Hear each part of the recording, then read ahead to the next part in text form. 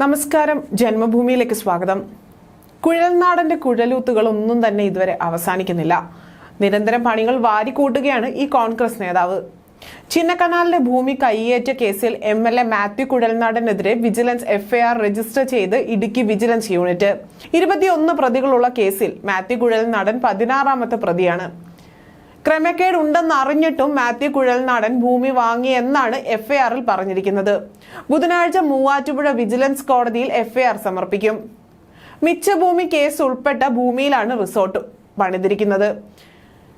കേസിൽ ഉൾപ്പെട്ടതിനാൽ രജിസ്ട്രേഷനോ പോക്കുവരവോ സാധ്യമല്ല. ഈ വ്യവസ്ഥ നിലനിൽക്കെയാണ് മാത്യു സ്ഥലം വാങ്ങിയതെന്ന് വിജിലൻസ് ചൂണ്ടിക്കാട്ടുന്നു.